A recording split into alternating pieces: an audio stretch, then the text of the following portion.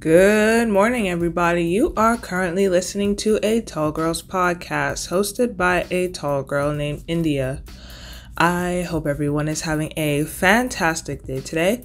Before I get into this episode, I do want to say make sure you are following me on my socials at a Tall Girls podcast on Instagram, TikTok, and Pinterest so that you can stay up to date on the latest podcast episodes as well as check out some relatable tall girl content. I've been noticing that you guys have been listening to me when I say to follow me. Like, I somehow went up 20 followers on TikTok, in the past couple of days. And I'm like, oh, are they listening to me and following me on TikTok? Same thing with Instagram, but it was like, a couple weeks before when there were just people randomly following me without liking my stuff. And I was like, oh, these must be the people who listened to my latest episode and, heard me say to follow me. So really appreciate that. Go off, everybody. But all of my social medias and stuff are going to be linked below. And actually underneath that, you're also going to see a link for reviews. So feel free to leave me a review and let me know how tall you are. Yeah? Cool. Awesome. Now, today we are talking about toxic body positivity and how social media makes body positivity, this movement, extremely, very much toxic. We have not spoken about this in a while. I feel like in my early days of this podcast, all I did was talk about social media, how it's trash.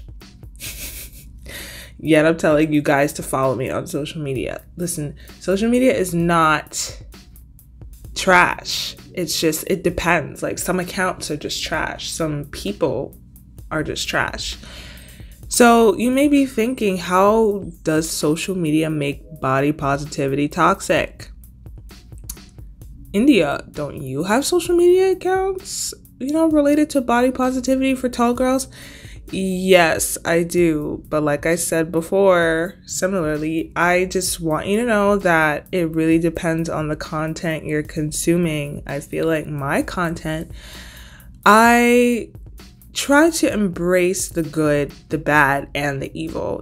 I talk about what I love about being tall and what I very much strongly dislike about it. I embrace the beauty and the embarrassment of it. But I feel like when it comes to social media, some of these accounts almost pressure you to love yourself and love your body and love how you look 24/7. It can almost feel excessive at a certain point. Like, geez, no one is ever really that happy. Chill out. Well, not ever really that happy. Never really that happy all the time. That's like saying the sun is out every single day where you live. No, you need to have balance. It has to be cloudy and rainy sometimes. It's like saying it's going to be like 106 degrees every day. Now, depending on where you are, it can get close up to that point, but there comes a point in time where the weather does get cooler. It's the same with this, And when you think about these posts, you think that if you're not constantly always happy about yourself, then you suck and your life is in shambles. And that is so far from the truth. If you have your days where you don't like yourself, you don't like how you look, you don't feel good about yourself, it doesn't mean that you suck. It just means that you're a normal human being. Normal human beings experience all types of feelings. They don't just experience the good ones, they also experience the bad ones. But anyways, I'm like going off on a tangent, geez. I should probably discuss what toxic body positivity is, what it actually means, so that everybody here can understand what I am talking about. So, toxic body positivity is kind of like focusing solely on the positive aspects or features of your body and, trying to focus on the good things. Just view it only in a positive fashion and rejecting or dismissing those negative emotions, which is extremely unhealthy. Bottling it up can just be bad in the long run. But like in the short run, yeah, fine, just, suppress all your emotions and stuff. But that can, not only can it mentally and emotionally negatively impact you, like your body will start taking it out on you. Like, I just learned something so weird the other day that, you hold tension in certain parts of your body based on like certain emotions that you felt or certain traumas that you've experienced growing up. And I quite frankly did not think that I held like any tension in my body like ever, which I don't even know why I thought that. Like I used to always be in constant pain. So you would think, but when I went to the dentist and I told him I felt like this slight stabbing pain in my jaw and I woke up with stiffness and stuff like that, they asked me like, are you grinding your teeth? I was like, what are you talking about, grind my teeth? The only time I grind my teeth is when I'm eating. You're supposed to grind your teeth or your jaw or whatever like that, something like that. And they were like, it can happen when you're not really thinking about it. You're not actively knowing that you're grinding your teeth. So just pay attention for the next couple of days and see. And I noticed that I actually would grind my teeth more so when I sleep. But sometimes even when I'm awake. But that was before I got my wisdom teeth out. So I guess I was doing all that because of the stress and the pain or whatever of having my wisdom teeth in, and I really needed to get them taken out. Because after I got them taken out, I've gotten so much better about it. But that's just an example. Another example, you're holding tension in your shoulders and your neck and stuff, like you're stiff, you're not fluid, you're not flowing, you're not moving freely, You're just holding tension. You always feel like your shoulders are coming up close to your ears, hunched over and stuff like that. You can hold tension there. A lot of people who have like a lot of anger, don't take me up for this. I am not a psychologist or a doctor of the brain or something like that, but I think I read this somewhere. I don't remember for sure. But if you're holding tension in your hips, you could be holding in a lot of anger or even fear.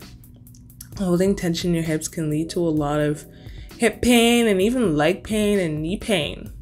I used to do that a lot, but that was more so because I have those lateral and anterior pelvic tilts. So I held a lot of tension in the right side of my hip because it was almost like it had to hold it up, keep it from falling forward. I don't know. It's weird, but yeah, I used to hold a lot of tension issue.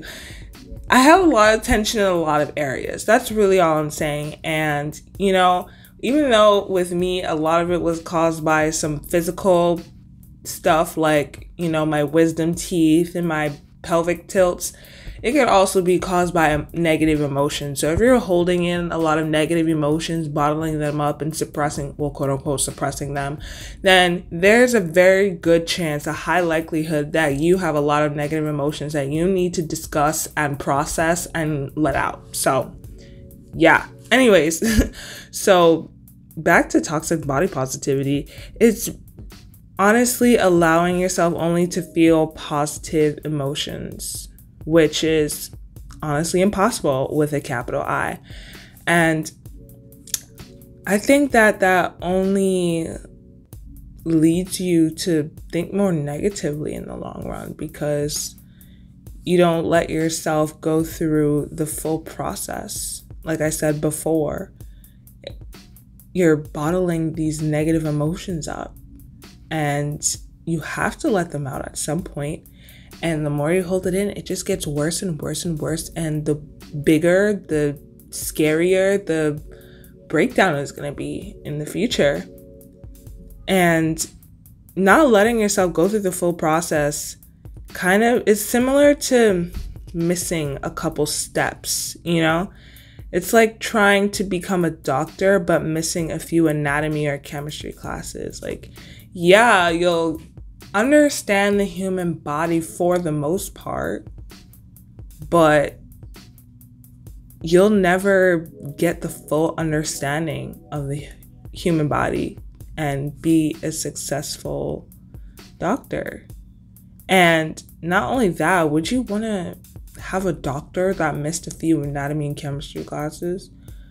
Like, I can imagine just sitting at the patient table and the doctor's like, yeah, by the way, I did miss like chemistry 3001 and chemistry 5002 on, I don't know, human bones and like how they function and stuff. But that's okay because you're most likely here for the cold. And you're just sitting here like, I kind of have a musculoskeletal, one of those, but it involves the bones. I have a problem with my bones, so. And the doctor's like, oh, don't worry, I'll Google it. What? Like, are you gonna sit there? If that was me, I would be up and out of there. It's the same thing. Like, if I'm not saying you're not a full human being, but emotionally functional / kind of healthy human being. And if you're the type of person that suppresses the emotions and have these random flare-ups and take it out on other people, are people really going to want to be around you?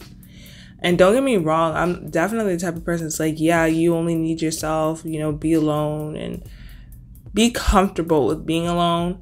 But we can't neglect the fact that we are social creatures and we do want to talk to other people and we do want to be accepted by other people. And it can be hard to be accepted by other people if you're just having these random flare-ups simply because you're not letting your emotions out when you need to. And it's very important to process them. So the whole classes thing, the same thing applies here, because social media just doesn't highlight those few extra classes, quote unquote. The parts where you're crying and you feel like crap and saying all kinds of bad stuff about your body, basically hiding the truth, the real stuff. It only shows, well, not only anymore. I think we've gotten past that. Like now people are starting to realize like we have to show everything. People are going to be consuming this content and thinking like this is how life is. We got to show them the good and the bad. So there are accounts that are like, showing people also eating unhealthy and staying in bed all day, not always being productive, crying. Yes, there's a lot of crying on there. I'm just like, oh, same. I felt that like 3 days ago. It feels good to see those, but it's not, it could be more. I feel like it could be more, but it's mostly showing people happy, skipping through the woods, hanging out with their friends, and feeling confident. And you genuinely start to think in your brain that the process of self-love and body confidence looks that way. Like it only looks that way. It looks a certain way. And that's when we feel pressured. We feel pressured to look that way, that particular way. And we think it's supposed to be like this. It's supposed to look like this. No. It's unique to everyone.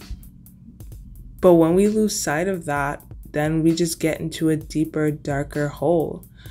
My life is supposed to be like this. Why is he or she happier than me? Why does he or she look happier than me? This sucks. I suck. There's something wrong with me. Well, A, you are not that man or woman in that video. Obviously, you're going to have an extremely different life, extremely different values, extremely different habits, extremely different people around you than them. Your life is not exactly like them. So obviously, not everything is going to align with that person in your life. And B, that person did not film themselves ugly crying when they found out that they couldn't fit into their favorite pair of jeans after gaining muscle at the gym. Because some people think that, yeah, gaining muscle, gaining weight, oh my gosh, I got fatter. No, you just gained muscle because you ate your protein as you should. But anyways, girl, we are being lied to.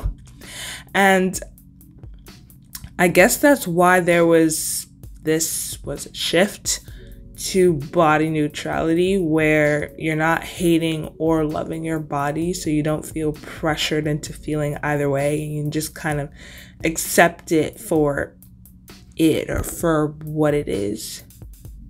But I don't know I feel like that term is just a cover up for social media. I don't know how I feel about that. I think that we can still have body positivity and body acceptance, but we just need to embrace both sides of it. We need to embrace the balance, and we need to embrace the love-hate relationship of the journey. As an example, me with my extremely long legs. 2 years ago, I would have said that I wanted shorter legs. But now, even though I'm constantly tripping over my own feet, hitting my long legs on every piece of furniture, and struggling to find pants that reach my ankles, I wouldn't trade it for the world. But that comes with time. I did a lot of hating. I did a lot of crying in those 2 years to get to this point. Listen, I'm saying all of this to say, just as a wrap up, because I don't even know if I'm making sense at this point. If you woke up this morning and looked in the mirror and said, oof, I don't look too cute today, it's not a bad thing. It's normal. We all have those days. We all have our ups and downs and in-betweens and diagonals. And it truly makes us appreciate the good moments in our lives. So if you feel bad today, or you felt bad the past couple of days, past couple of weeks, past couple of months, you are not alone. We are all here with you. The Tall Girl community is here with you. And trust me, we're probably going through the same exact thing at the same exact time as you. So don't worry, be happy. Anyways, I think that's it for this episode. I think I'm just going to end it here. I've been talking for a while. So I really do hope that you enjoy this episode. Thank you so much for even making it this far. I really do appreciate it, and I really, really do appreciate you. Like, you have no idea. So hit me up on my socials at A Tall Girls Podcast on Instagram, TikTok, and Pinterest. They're going to be linked below, so it's super easy. You can just go to the description box and click it, and it'll load, hopefully fast. But Wi-Fi these days are bugging out, but it's okay, because eventually you're gonna see my socials and you're gonna give me a follow, and then you're gonna tell me, hey India, I feel like trash today, and I'll be like, yo, me too, let's talk about it. Well, I can't guarantee the conversation's gonna go like that, but you never know. Anyways, underneath those links, you'll also see a link to leave me a review. Make sure you leave me a review and let me know how tall you are, and let me know if this podcast is helping you out. Let me know what you want to hear more of, what you want to hear less of, and all that good stuff. And if you're listening to me and you're in school, I wish you the best of luck. I just finished my midterms and I did pretty well. I think the lowest grade that I got was a 91. So I am not complaining. So this is like a sign of good luck, If you're hearing this right now, you're going to do well in all your exams. So I do wish you the best of luck, and I'm going to stop rambling now and actually stop this episode. So I'll catch you in the next one. Good night and goodbye.